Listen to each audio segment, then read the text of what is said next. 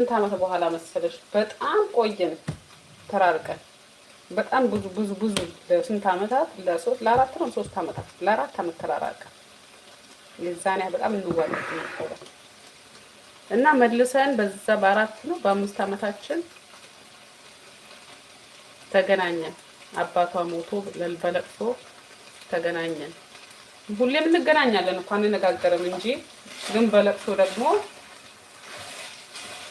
ለአጽናናት አጠገቧ ሄጄ ቁጭ ስል አናገረችኝ። አናገርኳት።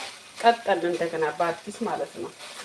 ከዛ ምን አለች ግን አባቴ ቢሞትም ጓደኛዬን መልሶልኛል፣ ሲሄድ ጓደኛዬን መልሶልኝ ነው ሄደው እና ብላ በቃ በጣም ነው ያለቀሰችው። ከኔ በመታረቋ በጣም ነው ደስ ያላት። የአባቷን መሞት ማስታወሻ አረገች።